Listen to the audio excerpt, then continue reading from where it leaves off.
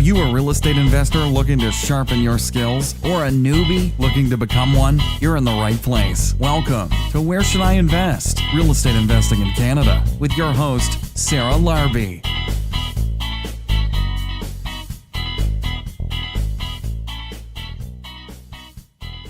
Hey guys, welcome back to Where Should I Invest with Sarah Larby. And today we are going to hear from Danielle Chiasson. Danielle is a full-time flipper and she flips properties in the GTA. And Danielle is actually going to be speaking at our next So Right event, which is June 19th. And if you guys are interested in coming to So Right, Southern Ontario Real Estate Investing Training Club, and hearing Danielle speak more on flipping and her processes, you can go on Eventbrite and just type in So Right, S-O space R-E-I-T club, and you can register on there. And you can also find us on Facebook if you just search So Right. I wanted to just give you guys a little bit of an update on what I've been up to. So the cottage I purchased in April, everything is ready to go and we are starting to rent it out. So really awesome. I put it on Airbnb and it is also on another rental site, and we're getting some good traction. So really awesome to see the whole project coming together. And it was really one of those things we weren't really sure what was going to come out of it, if people are going to be interested and if we were going to make much money on it, but it definitely looks promising. We did well. It looks good. Turned it into a 4-bedroom, had some renovations done. I ended up actually sending my contractors from Brantford up there for 8 days to put it together and get it up to par. And then on top of that, I'm currently in the flipping process on the Brantford house that we bought for $220,000. Our contractors are working, kitchen went in today. So I think we're going to be ready to sell that starting the first week of July. That's what we're hoping for. So really exciting. If you guys are interested in seeing more of the progress, you can always add me on Instagram. I do have Instagram now. Surprisingly, I was always not a very big social media person, but now I do have it. So, and it's actually kind of fun. And my handle is Sarah Larby 84. If you guys wanted to take a look and see our progress.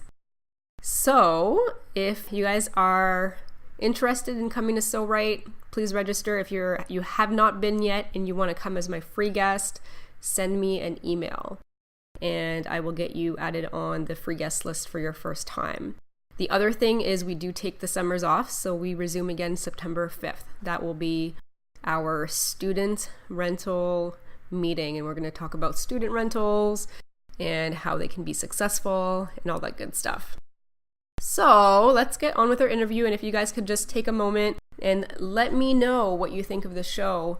You can add a rating, you can add a review, and you can also email me. So if you guys want to reach out to me directly, you can reach out to me at Sarah, S-A-R-A-H, at sarahlarby.com, or you can go to my website and you can go to the Contacts Me page, which is sarahlarby.com.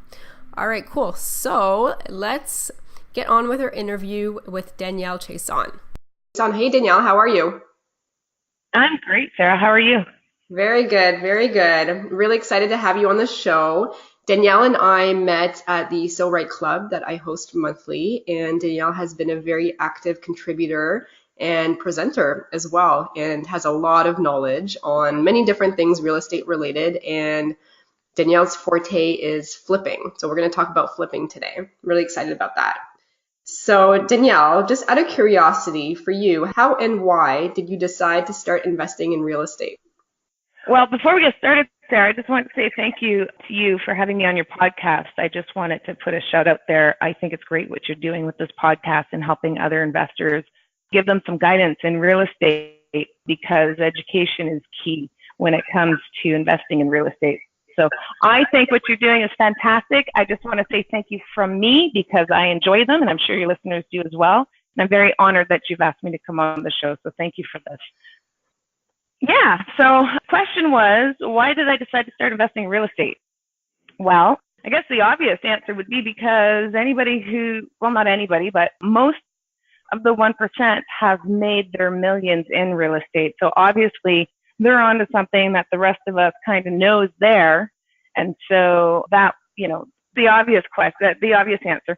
However, having said that, I've always been drawn to real estate, and there's a few things that I like about investing in real estate. One, it's asset-based lending. So the nice thing about real estate is that I can purchase a piece of real estate. Once I get some equity in it, I can borrow other people's money and reinvest that. I can also defer taxes. There's many ways of making money in real estate, which gives me more control. If you start investing in stocks, you don't really have a whole lot of control. You don't have control over the business that you're investing in. But when you invest in real estate, you do have control over the asset that you own. So that's, for me, I'm a bit of a control freak, and I like to be able to be creative as well. So, you have different exit strategies in real estate. So if the market starts taking a dip, you need to start moving things around. Again, it's a control thing, and just having different exit strategies. I mean, if I flip a property and the market takes a dip, then I can rent it. I can sell it. I can refinance it. There's a bunch of different things that I can do. So, when I looked at it as doing this as a career, it just made a whole lot of sense to me. It's a fun game. Real estate is a game to me, and I love playing it. Yeah, absolutely. The control piece is the reason that I decided to also buy real estate rather than put my money in the stock market. So 100% agree with you there. Absolutely. Danielle, just out of curiosity, can you tell me about your first property that you bought? Well, first property that I bought, again, being that creative, having that creativity with real estate, I ended up buying two properties at the same time. So Wow. my first property was actually two, and I did it with a partner. So what happened was I had the money and she had the credit. And so what we ended up doing is we bought two properties. We closed within a week of each other, and we ended up putting 5% down on two properties as first-time home buyers. And so by doing this, we were able to double what we bought as opposed to at 5%, as opposed to buying one at 5% and one at 20. And so we were able to get two properties. And when we bought them, I wanted to make sure that I had in-law suites that we could rent out. So I was 27 years old. I was a little late getting into the game, and that's what we did. So one of the reasons why I wanted two properties too is that if the partnership fell apart, and this was our deal, if things went south, she would take one house, I would take the other, and no harm, no foul. So we'd kind of predetermined which house was mine, which was hers. We decided to live in one and rent out the other. But we had basement suites in both, so that if something happened that I needed to, and I was pregnant, by the way, so it was a little bit scary for me because I wasn't sure, what would happen if I didn't get the rent that I thought I would get, if I wasn't able to, afford the mortgage on my own. That's why we had the apartment suite in the basement. So that was to help alleviate any of the mortgage. So that was a great way, just having that buffer to supplement our income. But that's basically how we did it. So when we did it that way, we were able to take the money we were paying in rent and put it into a mortgage in one house, and the other house took care of itself with renting the upstairs and the downstairs separately. So that's how we did it. And then consequently, because I was pregnant, and then she ended up getting pregnant, we decided to split, and that's what we did. So that was my first real estate endeavor, which, by the way, I still own both. Oh, I own one property, but she still has the other. So Okay. we still have both those properties. It's a very good way to get in. And 27, by the way, that you started much, much earlier than I'm sure many people. So you definitely didn't start late. Well, I mentioned earlier in the podcast that real estate has always kind of been intriguing to me. I think it is for most people. There's just something sexy about real estate that attracts people. I'm not sure what the draw is exactly. I've never really pinpointed it myself. But real estate has always been kind of pulling and calling my name. And I remember being at the age 20 or 21 and thinking about becoming a realtor at that time. And somebody had told me, if you become a realtor, you're going to have to lie in order to sell houses. And that's just not my thing. So that kind of put a bad taste in my mouth. And I said, no way. And when I asked them, why am I going to have to lie? Because at the time, realtors really had a bad rap. They had a bad a bad name, bad stigma, where people would just, realtors tell you anything to get the house sold kind of thing, or not disclose information to you. And that's kind of what was explained to me at the time. Now we're talking 20 years ago. The real estate world has definitely changed since then. But anyway, that's why I didn't go into real estate back then, but I was all over it. I've always been attracted to real estate. So if we fast forward today and we look back when you were 27, what does your real estate portfolio consist of, and what kind of experience or deals have you done throughout those years? So from the time I was 27, I got my first properties until today. When I got properties after 27, up until about 4 years ago, I got them with my partner at the time. And so what we did, I never got any real estate education. I did what most people do, which is like, hey, I know what I'm doing now. I'm a landlord. I own a house and I got this. So I buy a house and it carries itself, and I'm going to make money on the appreciation, and they're going to pay down my mortgage, and I'm going to build in some equity, and I'm going to refinance after 5 years, and that's what I'm going to do. But turns out there's way more things you can do in real estate. But that was my knowledge up until about 4.5 years ago, when I decided to dive into real estate and make this a career. So up until then, we bought several properties in different markets. So there was St. Catharines, Mississauga, Ottawa. We got some in Calgary and up north. So we did invest in several properties. We were smart enough where we had some, my partner is a business owner, so we had some professional support, which a lot of new real estate investors don't have that, or they don't reach out for that. So we had accountants and lawyers to lean on and get educated. So we did structure them properly, where they did get put into a corporate name, so we didn't expose ourselves personally, so reducing our personal liability.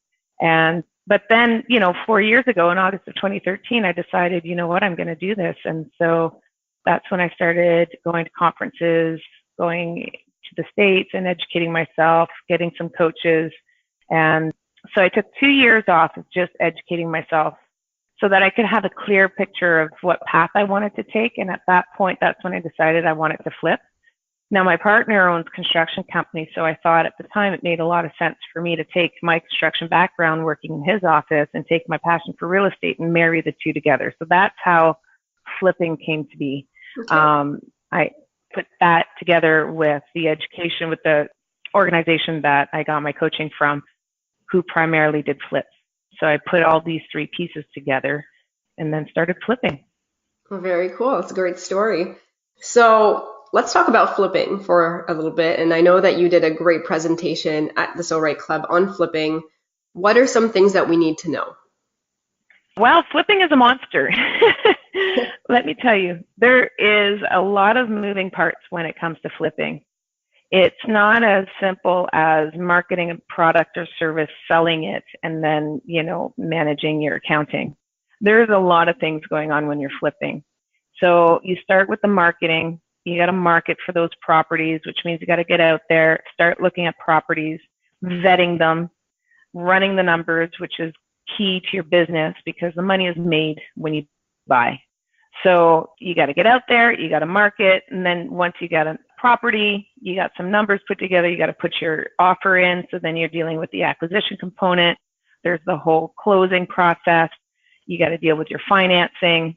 And then once you get all of that put together, then you start the actual rehabbing part. So with the rehab, you're dealing with contractors, suppliers, there's all kinds of different, you're dealing with permits, so you're dealing with the city, you're dealing with the SA inspectors on the electrical side, there's all kinds of different stuff. And whatever problems are in the property too, you have to deal with. And then after the rehab is completed, then there's the disposition. So then you got to put it for sale, clean it, stage it, sell it. Then you got to wait. Once it's on the MLS, you got to wait. In our market here, we're really lucky because we don't have to wait that long, a couple of weeks to sell the property. I'm not sure what the days on the market is right now for our area, but, it's still low considering days on market. But then you're looking at 30, 60, 90-day closing, depending on who your buyer is. Right. So from step one, which is marketing and acquisition, then financing, then rehab, then disposition until the time you close, those are like your four wheels that move the flipping truck. and you're the engine inside that's running the whole thing. So, without any one of these wheels functioning properly, it's not going to work. It's not going to work. So it is a monster. You need to know every bit of your business. It is a little bit more intensive than most real estate investing strategies because there's just a lot more moving parts. So you have a lot of balls in the air at all times, right? Yes, absolutely. And you're doing this full time? Yes, I am. Mm-hmm. Okay. Full time and not alone. I do have an assistant. Without my assistant, I wouldn't be able to do this. I wouldn't be able to scale it, do what I'm doing, build processes and systems around my business without my assistant. So basically, I'm the visionary, the puppeteer in my business, and she executes a lot of what I have in my head. And so between her and, my realtor, my professional team, I have an employee now, my carpenter, so he's my go-to guy. I do have sub-trades as well, contractors that I have. But without all of these people, I wouldn't be able to do what I do. There's just not enough time in a day to get it all done. Absolutely. How did you find your team? I'm a big proponent of making it as simple as possible. And then when you have a great team in place, things just get a lot easier and you're able to really work on the business rather than in the business. How did you find your team? Trial and error. So when you start building your team, it's no different than hiring an employee. So whether I'm dealing with subs or suppliers or a realtor or an assistant, it's like finding an employee. It's trial and error. So, I can hire a painter and he sounds great and he looks great on paper, on his resume. He talks like he knows what he's talking about. And then you put a roller in his hand and he makes a mess. At the end of the day, you don't really know until people are executing. So it is trial and error. You do have, when I hire people, I do have a vetting process. There are certain things that I look at that I do that I'll just completely discount people. So if I'm hiring a contractor and he says he'll get back to me by a certain day and he doesn't, I don't want to deal with him. Because if he's not going to follow through on a simple promise that he's made to me, how's he going to follow through on delivering on the project? So these are, for me, red flags. And if there's 2 or 3 red flags, I just immediately drop them. If they say one thing and then they start shifting and they start changing their minds, or they start, oh, well, I didn't say that. Those are red flags. Again, to me, in this space, the contractor world, it is a bit of a messy business. And so you just have to be aware and pay attention to your gut. The red flags, don't ignore them. If it's too good to be true, dig a little deeper. But every time I close on a project and I do a rehab, I do now because I've gone through this quite a few times, but I have a rule of 3. So 3 quotes for everything. So my assistant Karen will call maybe 6 to 10 contractors to come out and meet with me and quote. Out of the 6 to 10, maybe 4 or 5 might actually meet me on site. And then out of those guys, I get my 3. There's a lot of time spent in order to get those people. But now that I have my number 1, my number 2 contractors, I don't typically do that every time anymore. But having worked for my partner in the construction field before and being in business, seeing as he was an owner, I had a business perspective and I did the hiring in that office. So what happened was I quickly realized that everybody has a timeline with you. So of all my contractors, I'm happy. I love working with all of them, but something may shift later in their business, maybe their business model, maybe in their personal life, that might affect our business relationship. So maybe they start raising prices that doesn't fit my business model anymore. Maybe because their overhead is too high, so they have to raise prices. Maybe they just get greedy. Maybe they become too busy because they take on so much work that they can't manage their projects properly anymore, and that's affecting my business, and I have to step away from using them. So that's why I always have one go-to guy and a backup guy, always. So that's why every time I close on a project, wherever I see the weakest link is, where I need to fill that link, I make sure I start getting Karen to start calling and vetting again, because I always want to have at least 2 contractors. Actually, on my last project, I had the plumber come out, but he couldn't get to me for 4 weeks, and that was too long of a timeline. He's my number 1 plumber, so I had to go to my number 2 and say, hey, can you do this job for me?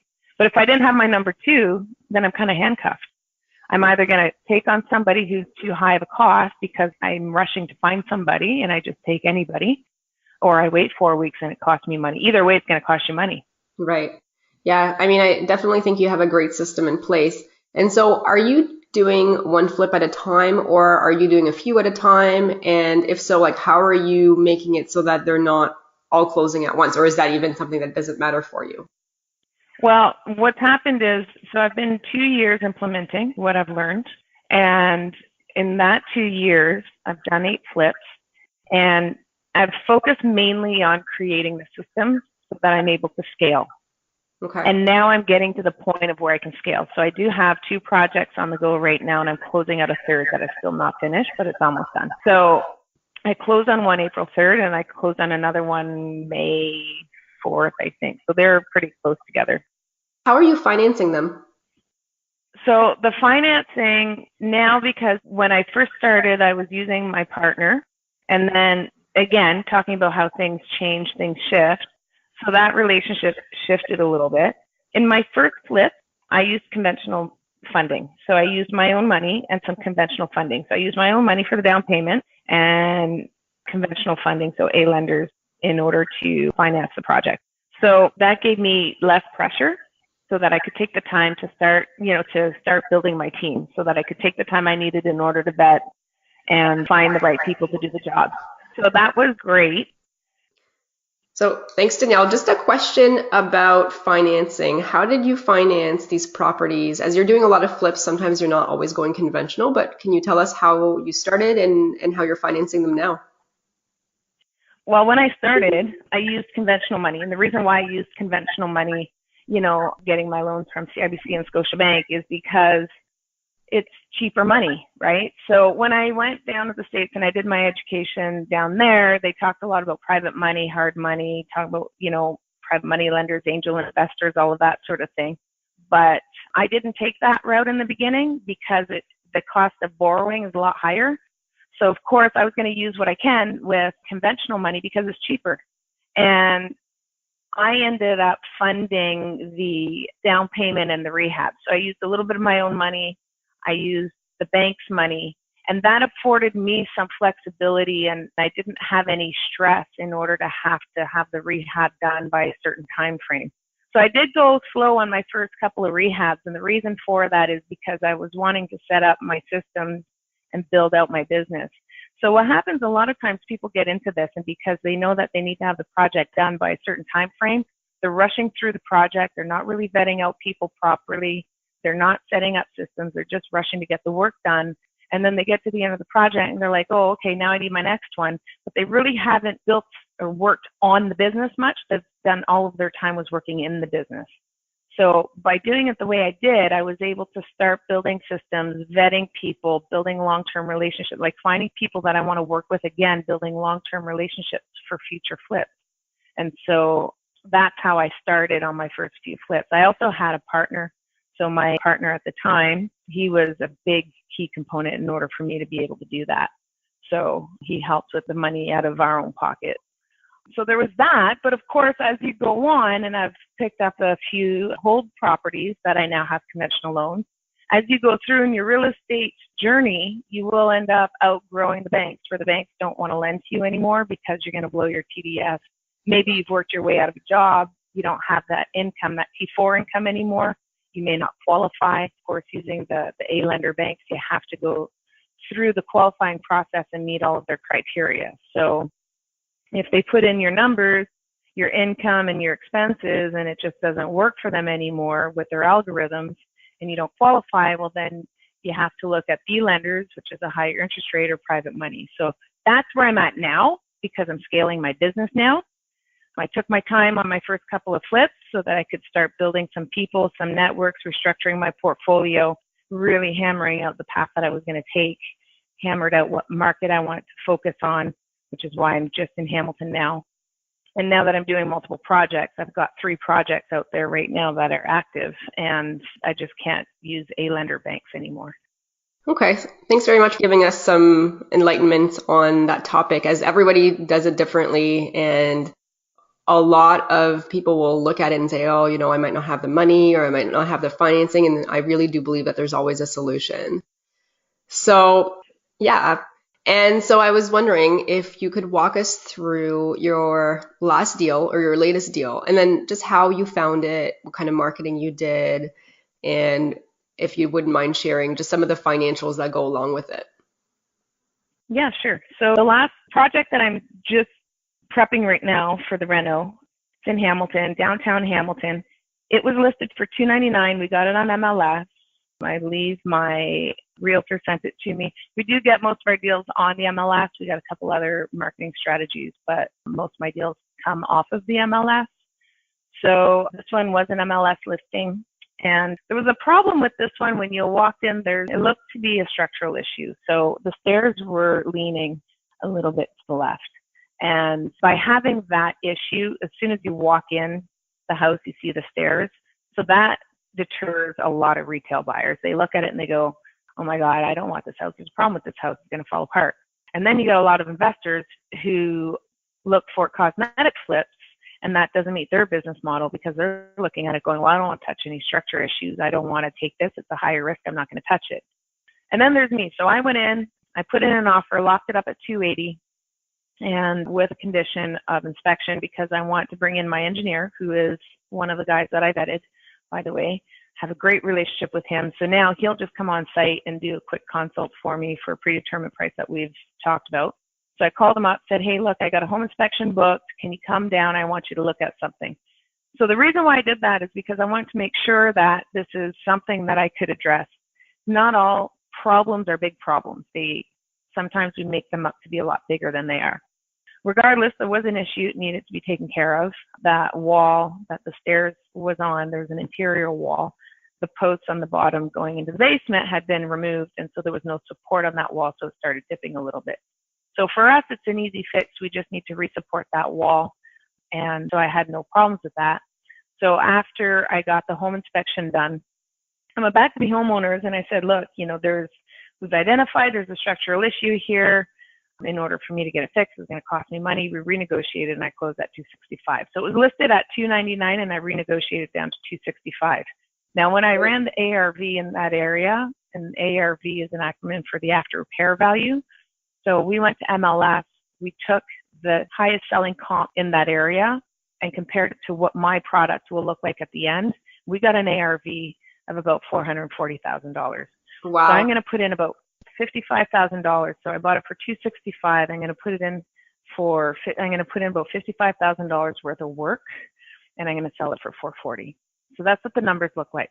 Now, it looks really sexy because people don't, when you talk about numbers, here's the hidden cost that people don't look at. There's the cost of selling. So on the back end, I'm probably going to lose about $30,000 off the profit. It's not profit, it's the cost of doing business. The realtor commissions, the lawyer fees, the professional fees, all the transfer and all of that. Like, we're looking at about $30,000 to sell the property. It's anywhere from 25 to 30. It's typically what I look at. And then there's a holding cost for the time that from close to close. So from acquisition, when we purchase the property, to disposition when we actually close and sell. So the payday on the back end. What people don't understand, or what they maybe don't realize, because nobody tells you this, is when you're flipping houses, from the time you close when you purchase the property, there is a continual output of money until you close on the sale. All you're doing is you're putting money out. So there's a deposit on the purchase, then there's the down payment, and then you're borrowing money for the rehab. There's holding costs. You got to pay off your contractors. There's money out. And then you're done the rehab. You got to pay to clean it.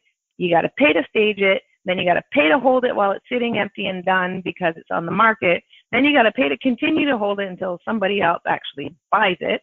So it's money out until you actually close on the back end. So this is where I think a lot of people get into trouble because they don't really look at it that way.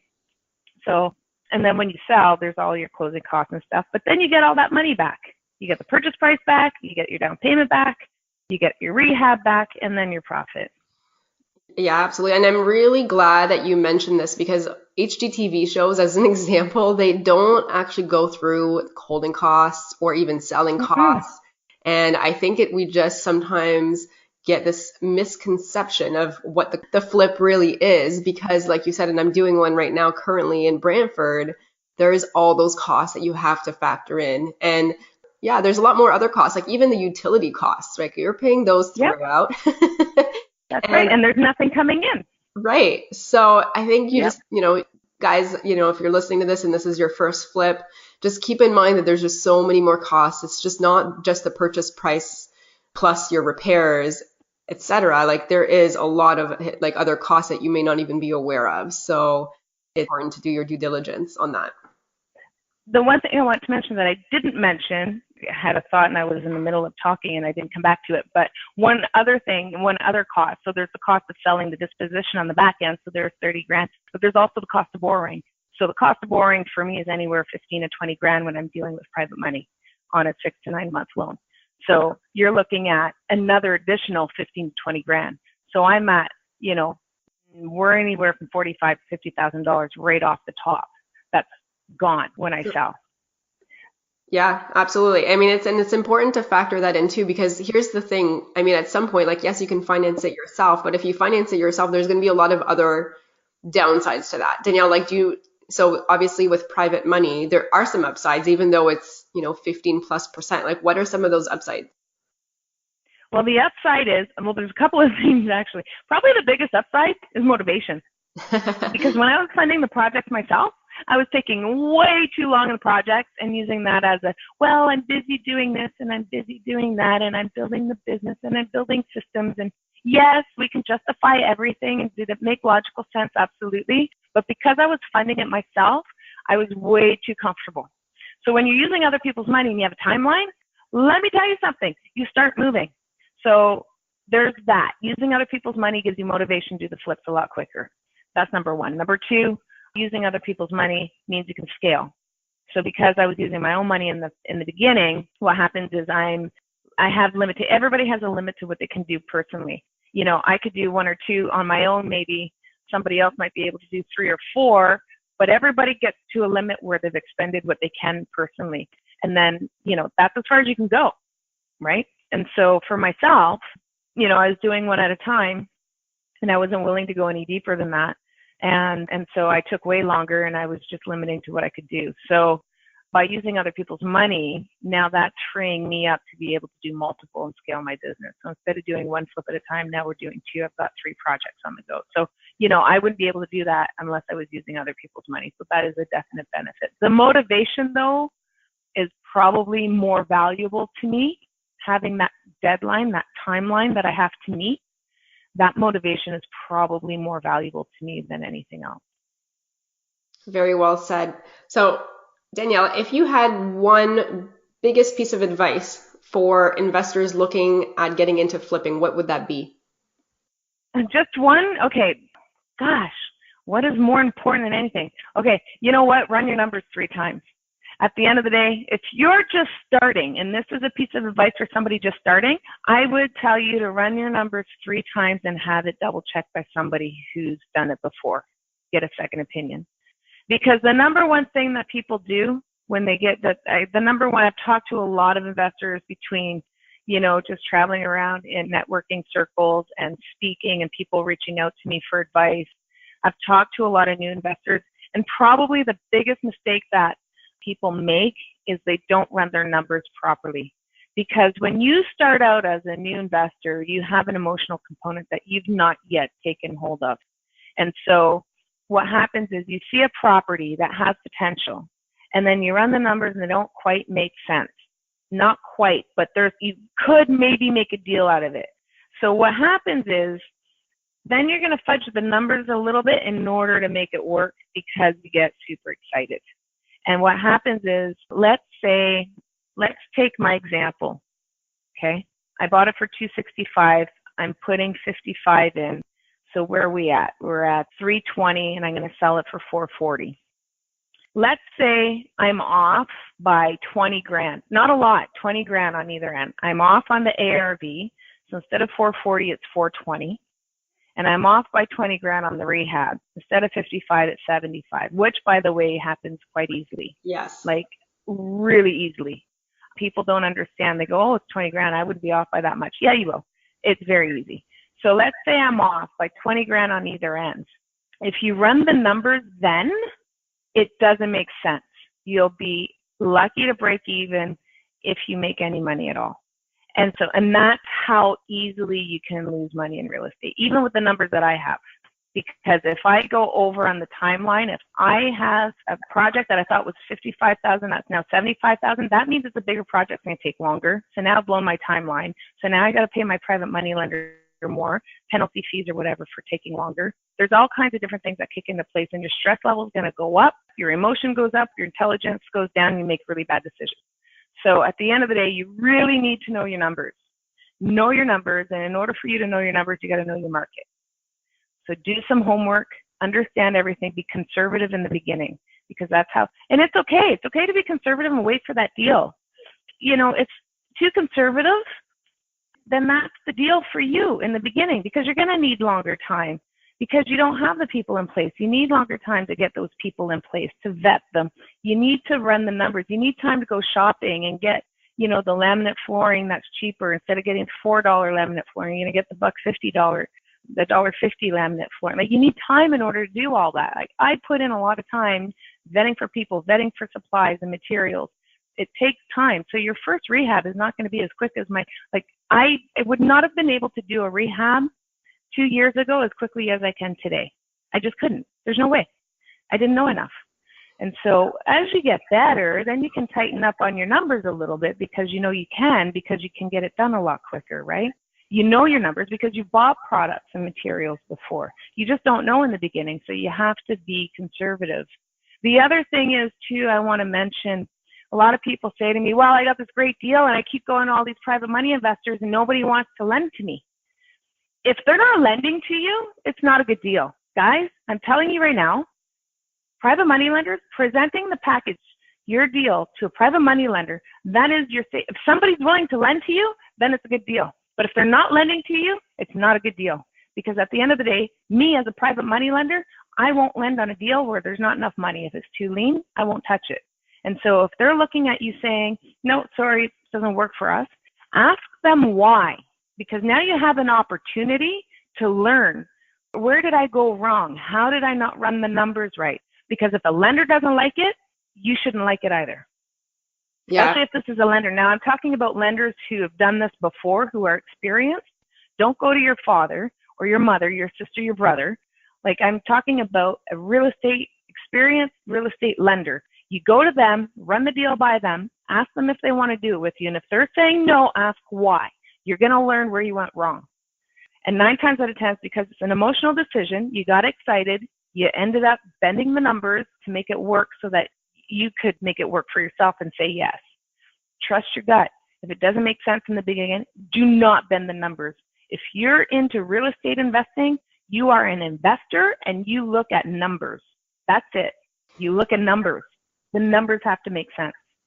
Absolutely. So guys, you heard it from Danielle. Run your numbers over and over and over and don't bend them. And then the other thing I will say on that is have another exit strategy in case you can't sell it.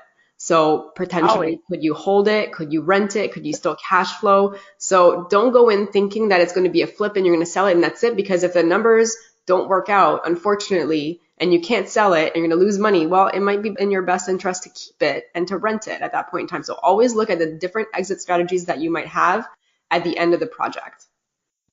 Absolutely. That's great advice, Sarah. 100%. So let's move on to our lightning round questions. So Danielle, I'm going to ask you a series of 5 questions and just give me the first answer that comes to mind. Ready? Okay, let's go. All right. So question number 1, what is your favorite real estate investing book ever? My favorite real estate investing book. Well, I read more business books and mindset books than I do about real estate investing. They say when you take a seminar, when you do a conference, where did I hear this? I didn't double check this, but I heard this actually in a conference room. 2 hours in a conference room is the equivalent of reading a book. That's what I heard.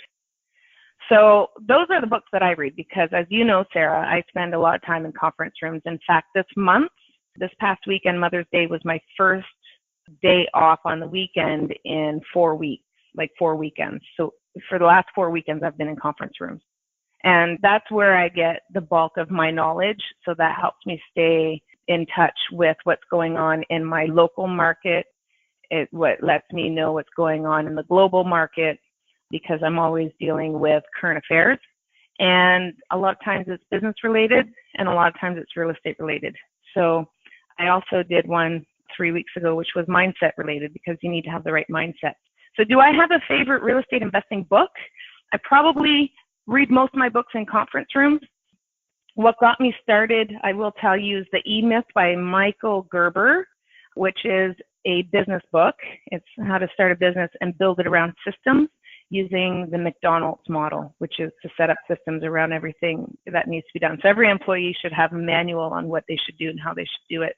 And then that way you get consistent results, because consistent execution is done.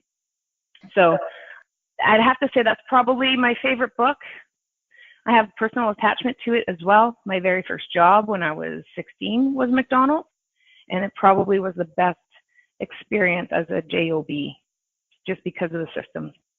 The training was amazing and the systems were amazing. It was very clear. So I do believe in the model, which is why I build my business. Like you said, Sarah, I have a lot of systems around my business. That's why. It definitely is a great book. I've read it as well. I've read the revisited version, and it's really insightful about how to work on your business rather than in your business. So thanks for sharing that. That's right. So question number 2, Danielle, what's your favorite podcast?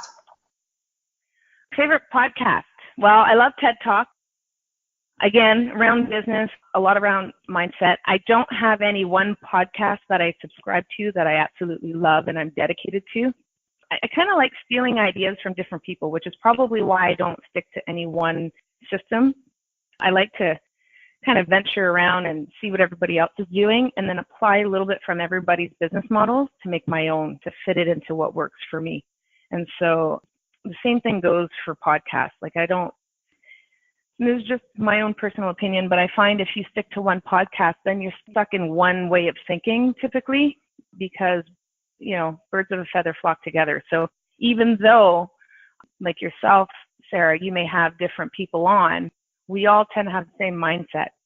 And so what happens is you tend to have the same kind of, I guess, business ideas. So I like to kind of sniff around everywhere and kind of learn different strategies. So, that's why I do a lot of motivational videos too on mindset. I like doing that first thing in the morning when I get up. But I actually don't have a podcast that I'm like a diehard on. But I'm like that with TV too. I don't know. Maybe I get bored easy to spice it up. Yeah, nothing wrong with that. So question number 3, what is your favorite pastime? So what do you do for fun when you're not doing anything real estate related? I do a lot real estate related. So I'm not sure what's my favorite pastime. I enjoy traveling. I really enjoy traveling, going to new places. But if I travel and I get disconnected and I can't do real estate while I'm away, I'm absolutely miserable. So I hated Cuba because I didn't have internet. I was just miserable for a week in Cuba. I don't like to fully disconnect from real estate. What are things I like doing? I do like to travel, but I do work when I'm traveling. And I really enjoy actually taking my dogs out and taking them to the dog park. So I will take half an hour, 45 minutes and just shut down and just throw the ball for my dogs. And that actually really grounds me. I enjoy I enjoy hiking. I'm actually doing Kilimanjaro in a month. I'm looking forward to that. And I do. Okay, so here's my answer. I like doing earthy things. I like kind of reconnecting with nature. That sounds like a lot of fun. I love traveling as well. So you'll have tons of fun, I'm sure. Hopefully they have Wi-Fi there in Kilimanjaro for you to connect. No, I'm prepared for that. I'm mentally prepared to disconnect for 6 days for that one. So I'm okay, but that's the rare occasion. Perfect. So number 4, if you lost all your money and assets tomorrow, how would you start again? If I lost all of my money and assets tomorrow, how would I start again? Well, if I lost all my money and assets, I'd have no money. So how would I start? First, I'd find a partner. I would present a plan to them and say, look, if you want to be a money partner, this is what I plan to do. Would you like to make money with me? And so obviously you got to sell it to them properly, show them where the value is for them. But then I would bring on a money partner and maybe go back into real estate, doing flips or doing buy and holds, depending on what partners I find, but I would have to use other people's money. So first thing I would do, I would go right back into it, because if I lost everything, it's because I did something wrong. So I'd want to learn where I went wrong and then get back to work again, doing it the right way. It does happen, but you know what? When people fail at business, they're better doing it the second time because they know what they did wrong the first time. So, I don't believe in failures. I believe in challenges. So, or mistakes might be a better word. Failure is very critical and judgmental. So if I were to lose everything, it's because I made a mistake or a series of mistakes. Learn from those mistakes, pick up and move on, do it again. I know real estate works. There's money to be made in real estate. And if I fail, or if I, something doesn't go right, it's because I did something wrong. And so I was either not prepared. The key to winning in real estate is being prepared. So you got to foresee any issues that might arise and be ahead of them, be prepared for them. So, but what I do is I would learn from my mistakes, find some money partners, and I would do it all over again. Okay, great advice. And last question of the lightning round. If somebody has $50,000 and they want to get started, how would you recommend that they spend it? If they got started, how? In flipping specifically? No, it could be anything at all. So if they have $50,000 and they come to you and say, what should I do with this money? What do you think you would want to let them know or recommend to them? Well, I would tell them take some of that money and invest it into themselves in education, 100%, because that negates the risk that you're exposing yourself to. I would tell them to start their own business, because if you're going to go into real estate, you need to have a business. You want to put any investments you have in real estate in the business, again, to reduce the personal liability that you carry. So, that would be the first thing I would tell them. People get stuck on, I need business cards and I need a business name and those are things that you'll get as you progress. But fundamentally, you need an entity to put the real estate in. You need to have some education, some knowledge. I said to you earlier, run your numbers. I can't run your numbers if you don't know how to run them. So get the education you need in order to run those numbers. Find out what numbers you need to have in order to run them. And so the education, invest in yourself, and, get some education. At the end of the day, most people that make mistakes or fail in real estate is because they didn't have the education. They thought they knew and they didn't. They were ignorant. And I say ignorant not as a bad word. I say ignorant as in the actual meaning of it, which means they didn't know. They just didn't know. And you don't know what you don't know. So get the education. Either find somebody who's doing it and work with them, find a mentor, hire a coach, read some books, go to seminars, but invest in yourself, because you are the business. You are the business. So if you don't know, then what? Business is going to fail. You have to learn. Right, 100%. So Danielle, if listeners wanted to reach out to you or know more about you, where can they reach out? A couple of places. So I am a coach with Rockstar Real Estate, so you can find my profile there. You can connect with me through the brokerage, which is Rockstar Real Estate Brokerage. And also my flipping company is called Perfect Property. So you can find me online at www.perfectpropertyinc.com. You can email me at info@perfectpropertyinc.com. Yeah. Oh, you can find me on Facebook, Facebook/Perfect Property Inc. or Facebook/Dani Chiasson is DANI Chiasson, and connect with me on Facebook. If any of your listeners have any questions or they want to connect with me, Facebook is the best way to do it, through Messenger. They can always send me a Facebook message. I answer all my messages personally. So. Excellent. Danielle, any last words of advice or anything else that you'd like to let the listeners know about? Do your homework. At the end of the day, do your homework and reach out for help. I think our egos are probably the reason why we make mistakes. And that's because we don't want to look stupid to anybody else. And so we don't reach out for help. And that is probably the stupidest thing you could do. So reach out for help, whether it's connecting with somebody like myself, yourself, or someone within your real estate network. But reach out, talk to people. Absolutely. Well, on that note, thank you so much, Danielle, for being on Where Should I Invest, and really, really appreciate the great insight that you were able to share with the audience. I'm honored to be on. Thank you so much for the opportunity, Sarah. Excellent. Well, I'll see you at the next So Right event. Sounds good. Take care. Thank you. Thanks so much for listening to Where Should I Invest with your host, Sarah Larby. Make sure to listen in next time. We'll catch you on the next episode of Where Should I Invest.